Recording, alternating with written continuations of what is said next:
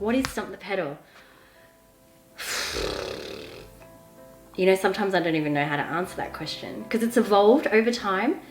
When I first launched it in 2017, it was just cycle jerseys and bibs. I traveled for 3 years before and I had bought so much kit from so many different brands, and then I would be like a kit whore and I would basically review all the kit. I just found that kit was boring. It wasn't made well. Some pieces were made really, really well and other pieces weren't made well at all. The main values would be that it's all about queens raising queens. When I first launched, I was all about men and women, but just no men bought the kit in the beginning, and I just thought, you know what, I should just stick to what I know, and that's women. I just found there was a lack of community in the UK for women around triathlon, and I'd done racing, but not a lot. And I also found that I was probably one of the only coloured women I knew, and I can say coloured because I am chocolate, but I was the only kind of me that at these races. So I was like, you know what, I want to create something where we stand out and it's comfortable and it's stylish and I look fabulous because I'm vain. I would say the values are definitely about creating community and raising the profile of sport for women, and inclusivity, diversity, raising each other up, like encouraging each other instead of, it's not a competition, it's you bring people with you along for the journey and you all go together. Every time I see someone wearing Stomp the Pedal, oh my God, I cry. I'm such a softie, but yeah, watching and seeing, yeah, oh my God, I'm getting emotional now. But yeah, that, stop. It's such a niche business to be in, and it's such a hard business. Running a brand of like Stomp the Pedal, along with brands like Rise On, Wiggle, DHB, all the big boys, you feel like you're constantly trying to compete or you're trying to keep up with these big companies. I'm not a big company and I just don't have the market, the money, to the cash flow to do that kind of stuff. So last year I went from a sole trader to a limited company, did 85,000 plus, so we had to be registered for VAT. And then after I did that, I really still didn't understand the implications of the VAT tax.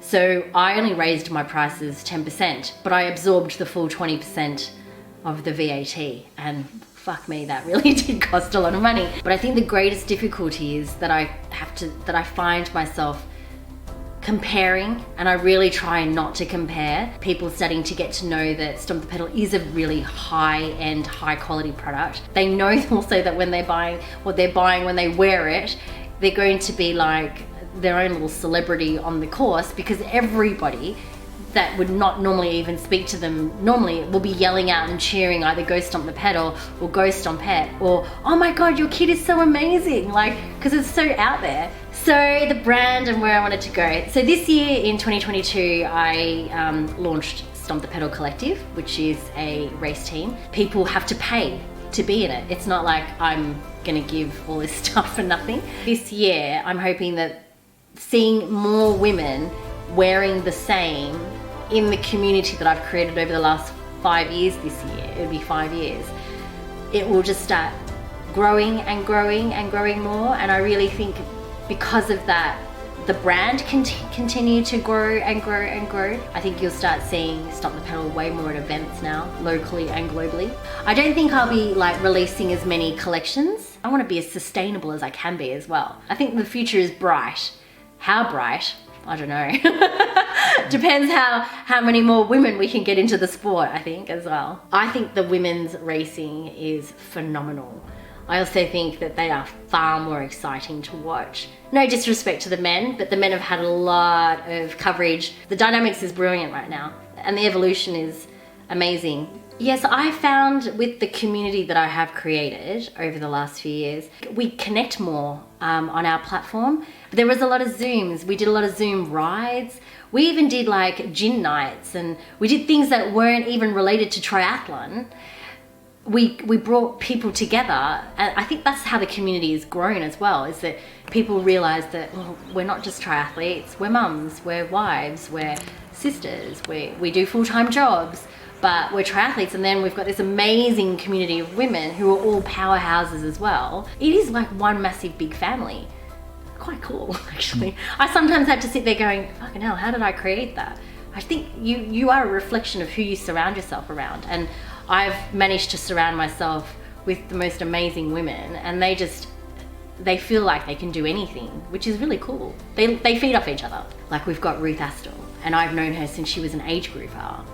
And now she's a professional who's won 2 Ironmans as a pro. And the beginners, they only see her, for example, or Lucy, and they see them, you know, at races or on the TV, and then you find Ruth will comment in the group or thank them for buying her kit. Where you are, it doesn't really matter. Like, everyone's on the same level, like everyone is equal. It doesn't matter if you're fast or slow. Everyone's equal in the familiar. I think that's what makes it so special, actually.